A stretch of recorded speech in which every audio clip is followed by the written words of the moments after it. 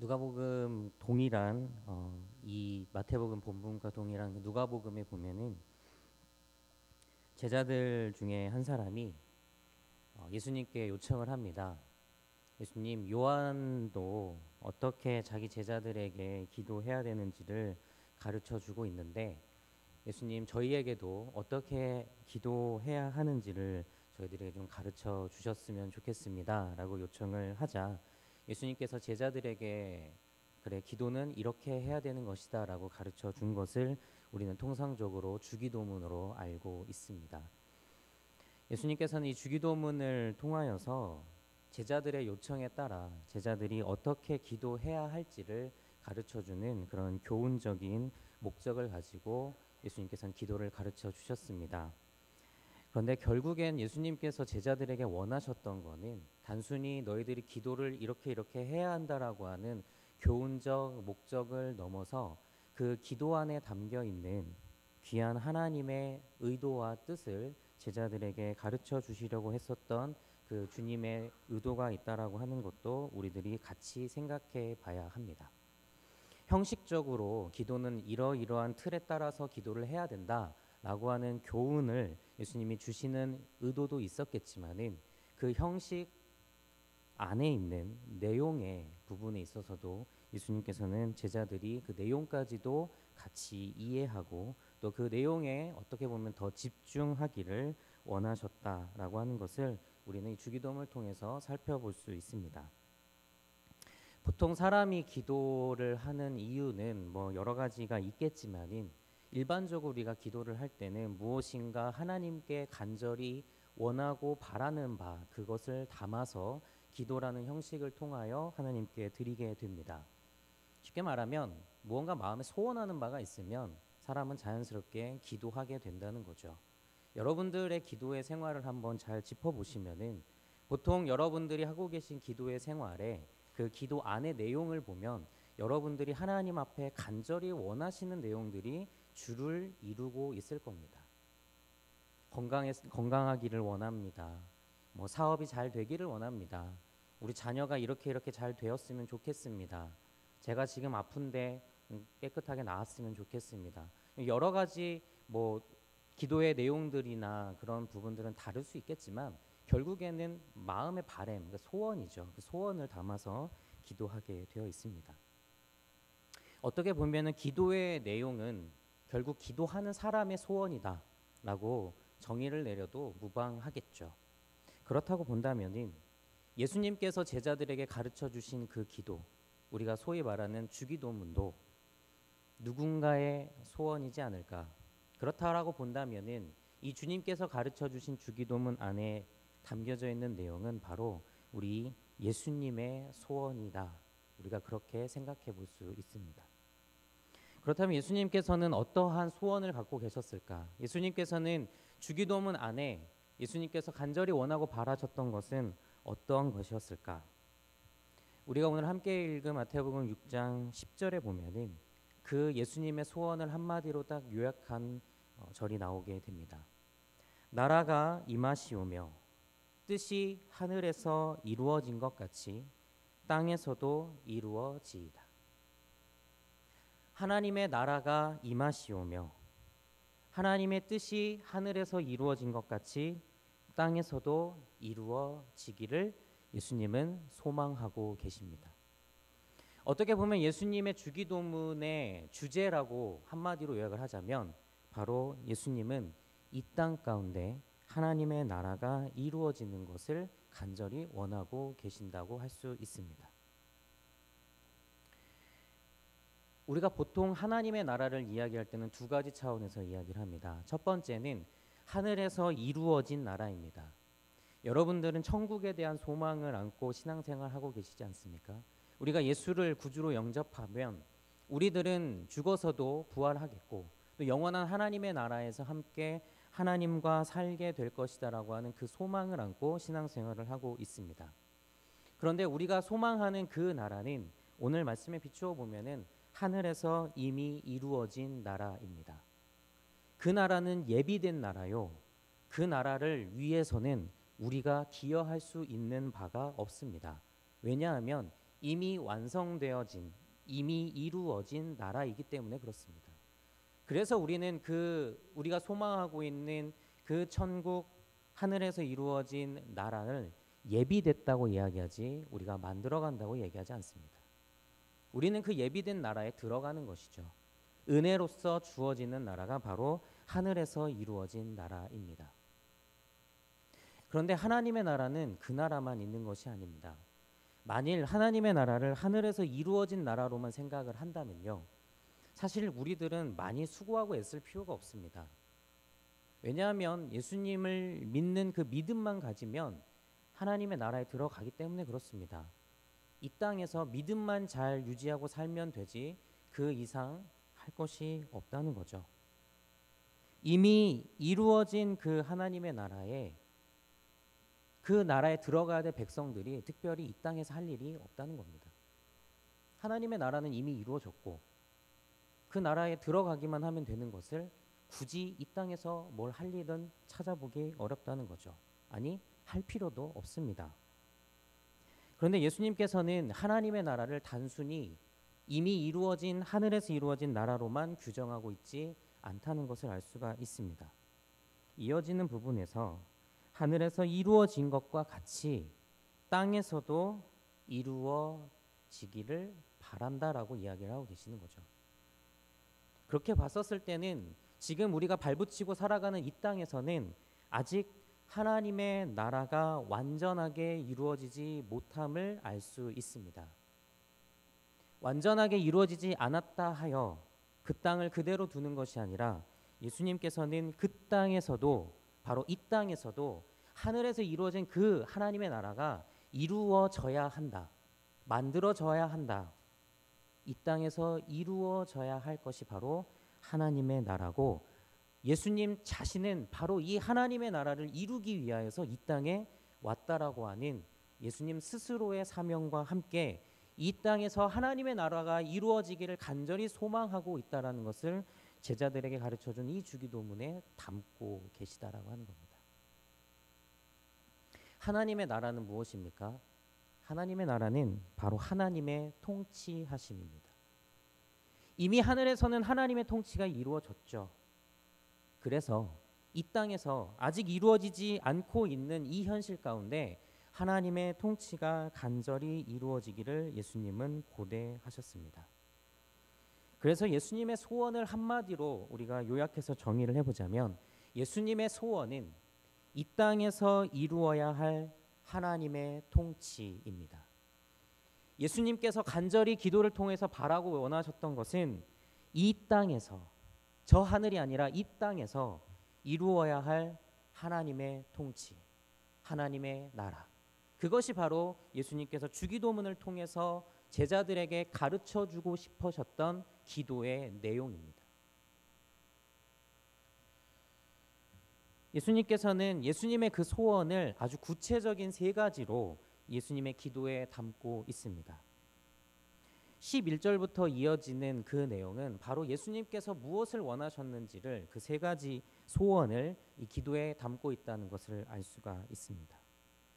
첫 번째, 예수님께서 원하셨던 것은 일용할 양식에 대한 부분입니다.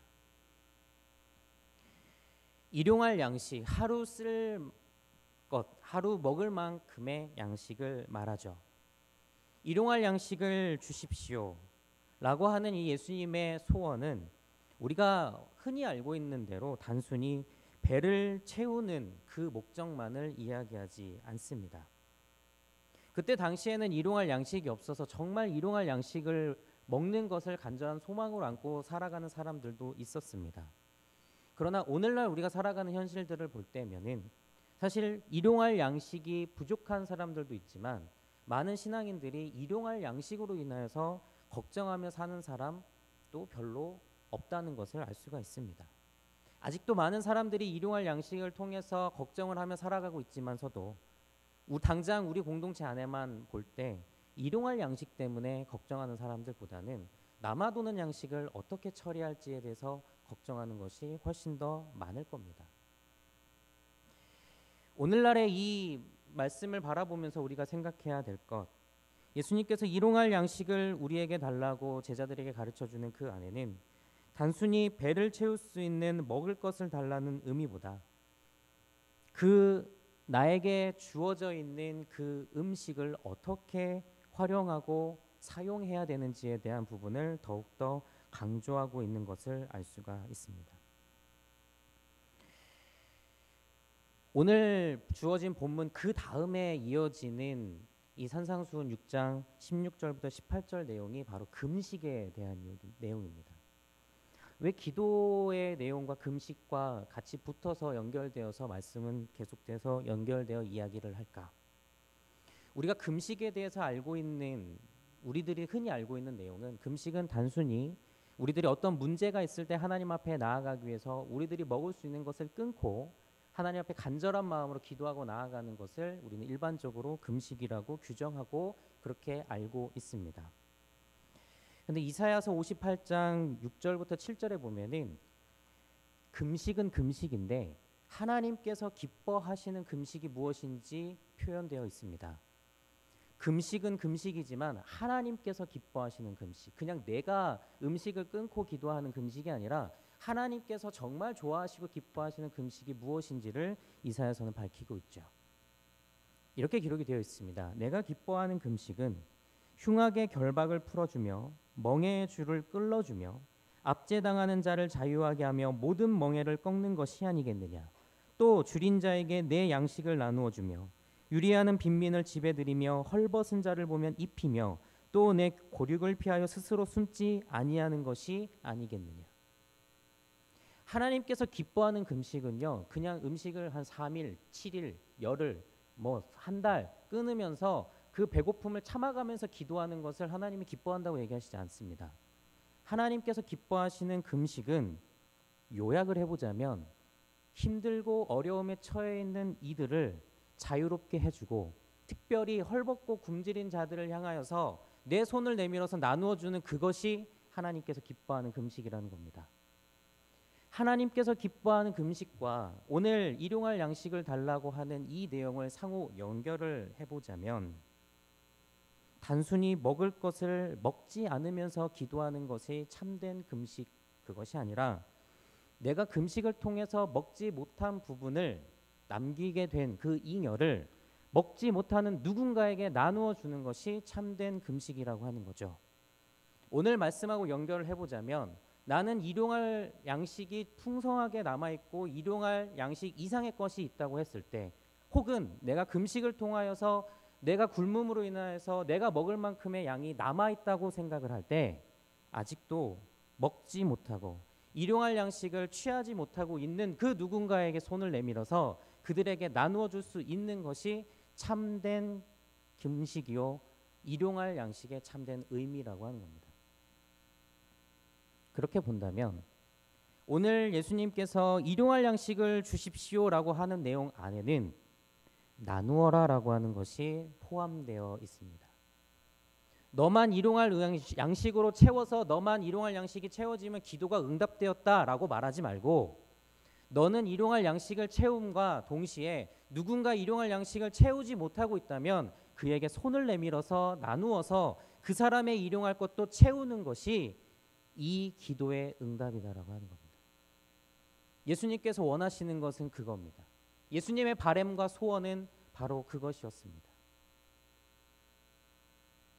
못 먹고 못 입고 헐벗은 자들이 채움을 입어서 그리스도 예수 안에서 하나님의 뜻 안에서 평균케 되는 그것을 하나님은 간절히 원하시고 예수님은 그것을 기도에 담으셨다는 겁니다. 예수님의 소원, 모든 사람에게 하나님의 통치가 이루어지는 것, 배고프고 굶주림으로 인하여서 일용할 삶을 살지 못하는 그러한 사람들이 다시금 일용할 삶을 살 수 있도록 하는 그 나눔을 실천해 주기를 예수 그리스도를 따르는 제자들에게 예수님은 당부하고 계신 겁니다. 이것이 주기도문에 담겨 있는 예수님의 첫 번째 소원입니다. 두 번째는 예수님께서 이렇게 말씀하십니다. 우리에게 죄 지은 자를 사하여 준 것 같이 우리의 죄를 사하여 주시옵고.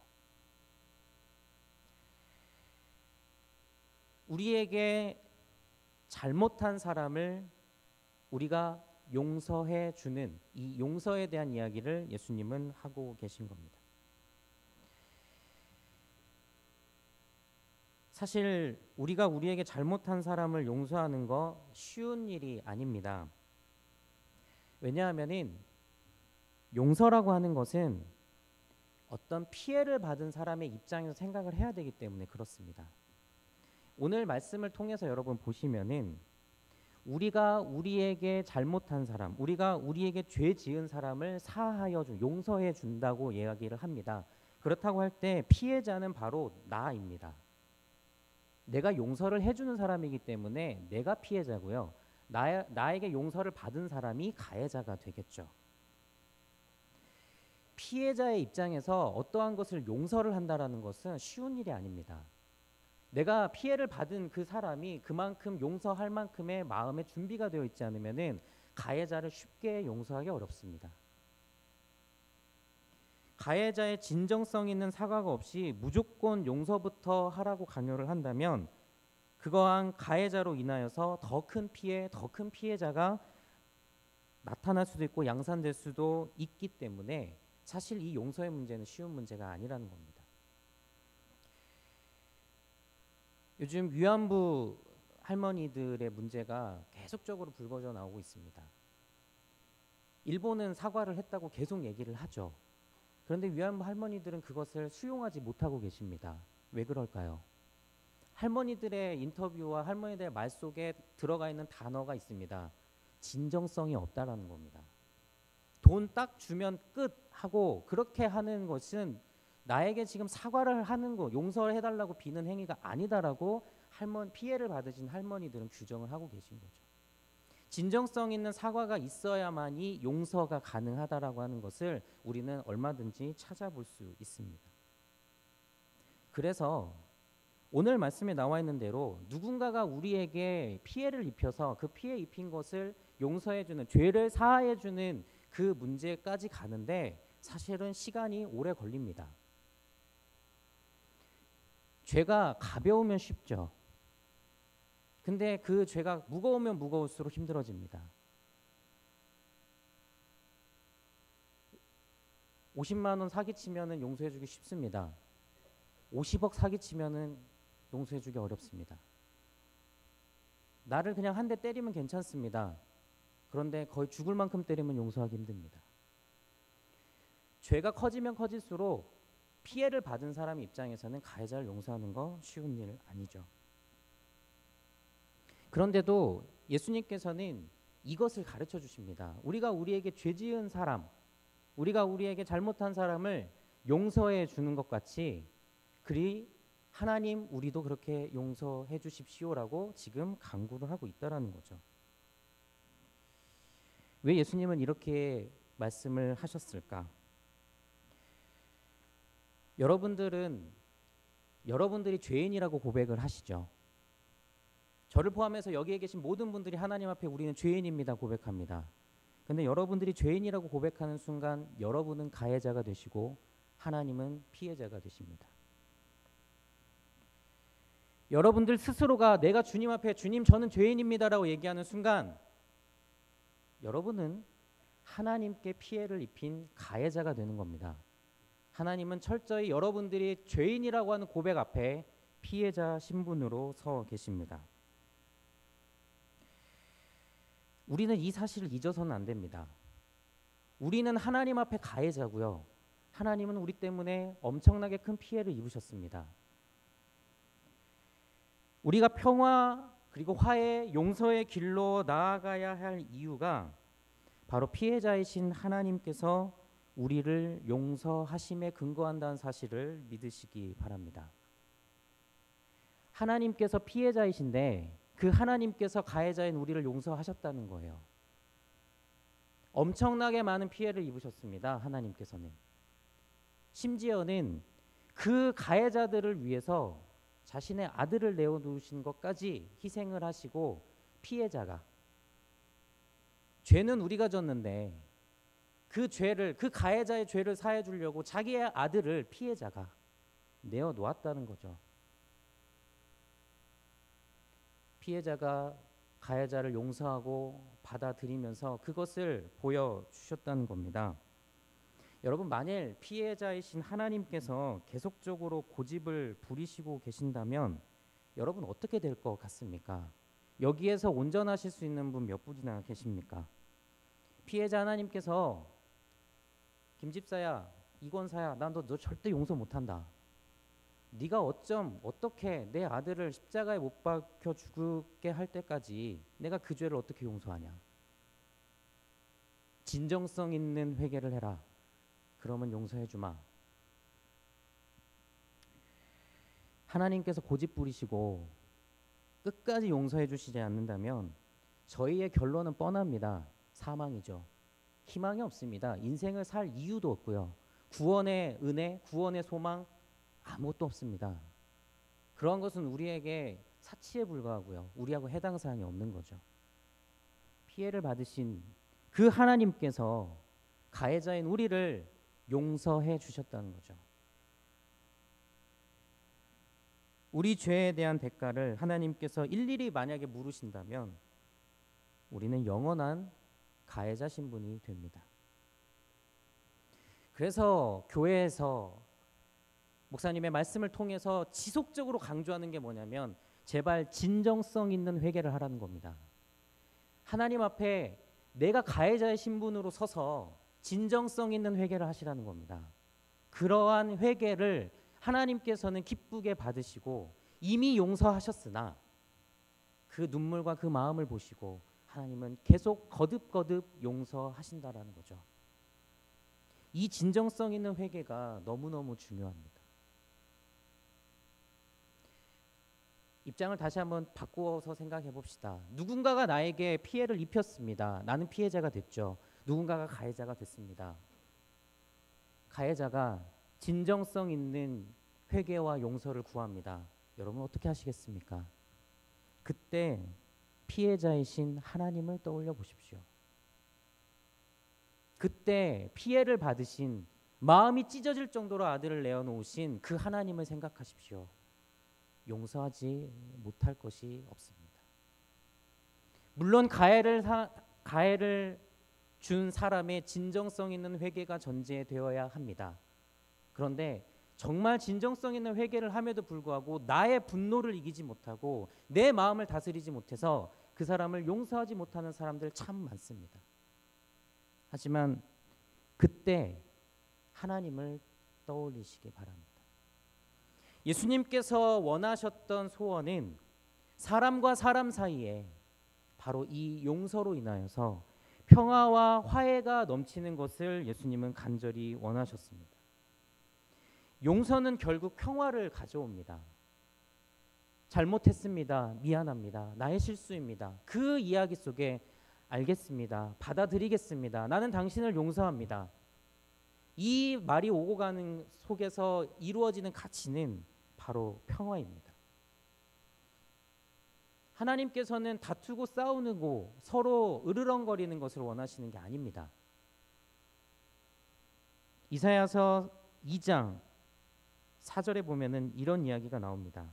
그가 열방 사이에 판단하시며 많은 백성을 판결하시니 무리가 그들의 칼을 쳐서 보습을 만들고 그들의 창을 쳐서 낫을 만들 것이며 이 나라와 저 나라가 다시는 칼을 들고 서로 치지 아니하며 다시는 전쟁을 연습하지 아니하리라.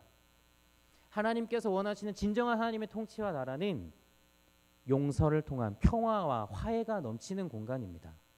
다투고 싸우고 으르렁거리는 그곳에는 하나님의 나라가 이루어지고 있지 않다라는 거죠. 하나님께서는 갈등이 사라지고 그 속에 참된 평화가 샘솟는 그곳에 역사하심을 믿으시기 바랍니다. 이것이 주기도문을 통하여서 주님께서 원하셨던 두 번째 소원입니다. 마지막 세 번째 소원은 13절에 우리를 시험에 들게 하지 마시옵고 다만 악에서 구하시옵소서. 예수님께서는 시험에 빠지지 않기를 제자들에게 가르치고 계십니다.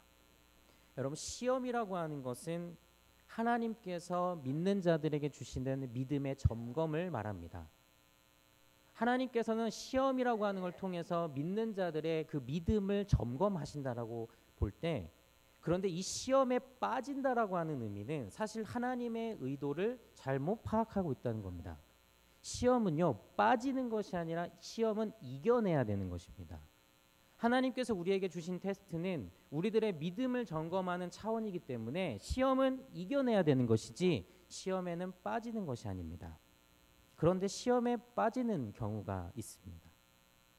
시험에 빠진다라고 하는 것은 이렇게 정의할 수 있습니다. 하나님 혹은 하나님의 뜻이 아닌 다른 것을 의지하여 중심을 잃어버린 상태. 이게 바로 시험에 빠지는 겁니다.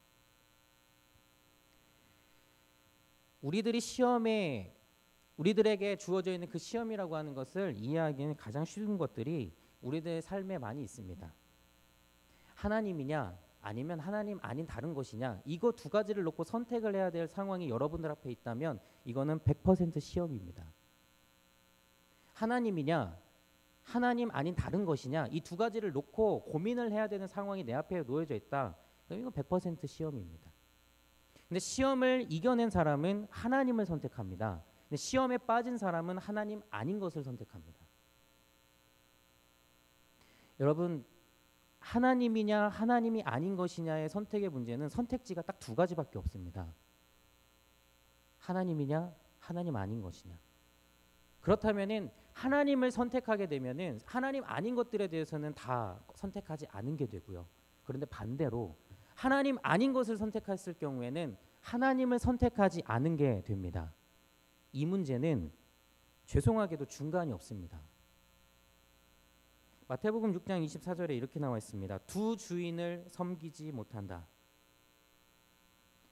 한 사람이 두 주인을 섬기지 못할 것이니 혹은 이를 미워하고 저를 사랑하거나 혹은 이를 중히 여기고 저를 경히 여김이라. 너희가 하나님과 재물을 겸하여 섬기지 못한다. 여러분, 이 문제는, 시험의 문제는 둘 중에 하나입니다. 하나님도 조금, 세상도 조금, 미안하지만 성경적 가르침이 아닙니다. 그렇게 서 있을 수 없습니다. 하나님 조금, 세상 조금이면은 그냥 결론은 세상입니다. 그게 정답입니다. 하나님이냐, 하나님 아닌 것이냐의 문제지, 시험은 결코 선택지가 여러 가지가 있지 않습니다. 하나님 아닌 것을 선택하는 사람들의 태도를 성경은 교만하다 이야기합니다. 교만. 하나님 아닌 것, 즉 시험에 빠진 사람들은요, 교만한 사람들입니다. 하나님 없이도, 내가 하나님 의지하지 않고도, 하나님을 선택하지 않고도 얼마든지 세상을 의지하며 살아가는데 내 삶에 아무 지장이 없다라고 단정하는 사람들, 결국 자기 자신 혹은 다른 것에 내 마음을 두고 내 생각을 집중하고 거기에다가 나의 결정과 선택을 놓은 사람들, 성경은 그러한 사람들을 일컬어서 교만하다라고 정의합니다. 우리를 시험에 빠지지 않고 악에서 구하옵소서. 이 말은 하나님, 나의 힘으로는 이 시험을 이기기가 너무나도 어렵사오니 나의 교만한 마음을 내려놓고 주님 겸손하게 주님을 의지하게 하옵소서. 이 세 번째 예수님께서 원하시는 것은 너희들 안에 그 하나님이 아닌 다른 것을 선택하는 교만함을 버리고 하나님을 의지하는 겸손한 마음을 가지라고 하는 것이 예수님의 세 번째 소원입니다. 악에서 구해 주십시오라고 도움을 요청하는 것은 결국 그것은 겸손한 태도요. 스스로 이겨내기 어렵고 쉽지 않음을 인정하는 우리들의 겸손한 신앙의 모습입니다. 결국 나는 세상을 의지하지 않고 하나님을 의지하겠습니다 라고 하는 결단이 바로 이 속에 담겨져 있는 것입니다. 예수님께서 주기도문을 통해서 바라고 원하셨던 세 번째 소원, 바로 겸손한 마음, 겸손한 태도입니다. 사랑하는 성도 여러분, 특별히 오늘 연합 예배를 드리시는 우리 7교구 모든 성도님들, 예수님의 소원에 우리의 바램을 맞추는 것이 우리 믿는 자들, 우리 제자들의 올바른 태도입니다. 내 소원을 간구하고 아뢰는 것, 그것도 중요하지만 예수님께서 무엇을 원하고 계시는지 그 예수님의 소원에 우리들의 기도와 우리들의 삶을 맞춰 나가는 것이 너무너무 중요하다는 겁니다. 여러분들의 생각이 있을 수 있고요. 우리의 생각과 판단이 얼마든지 합리적일 수도 있습니다. 우리들의 마음에 맞지 않는다고 우리들 얼마든지 거부할 권리도 있습니다. 하지만 우리는 이 세상에 살아가지만은 이 세상 사람이라고 하는 정체성을 넘어 믿음을 갖고 있는 주님의 제자요, 주님을 따르는 사람들이라고 하는 더 중요한 정체성이 있음을 믿으시기 바랍니다. 이것을 결코 버리지 아니하고 하나님께서 간절히 원하고 바라시는 그 하나님의 나라, 하나님의 뜻, 그것을 이루어드리기 위해서 이 땅 가운데 오신 그 예수님, 그리고 제자들에게 이 기도를 통하여서 하나님의 뜻이 이 땅 가운데 이루어지기를 간절히 소망하는 그 소원을 예수님께서 가르쳐 주셨듯 우리는 이제 그 예수님의 소원을 받아서 이 땅 가운데 주님의 소원을 이루어 드리는 삶을 살아가야 될 줄 믿습니다. 하나님의 나라와 뜻을 소망하며 거기에 자기의 삶을 피투하신 그 예수님의 뜻에, 그리고 그 예수님의 소원에 우리의 삶, 우리의 생각, 우리의 가치관을 맞추어 살아가는 우리 영남교회 모든 성도님들 다 되실 수 있으면 좋겠습니다. 나눔과 평화와 겸손의 삶이 여러분 모두의 삶이 될 수 있기를 주님의 이름으로 부탁을 드립니다. 다시 기도하겠습니다. 주님께서 기도를 통하여서 이 땅 가운데 하나님의 나라가 이루어지기를 소원하는 그 소망을 제자들에게 가르쳐 주셨습니다.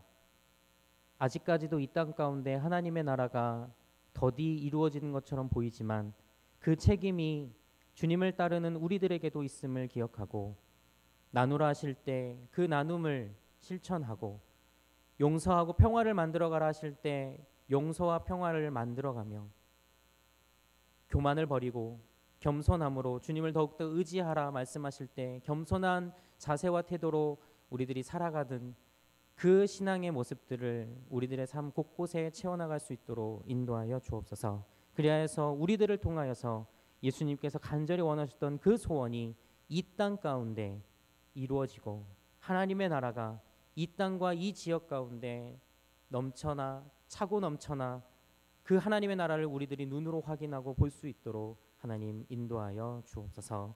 감사드리며 예수님의 이름으로 기도드립니다. 아멘.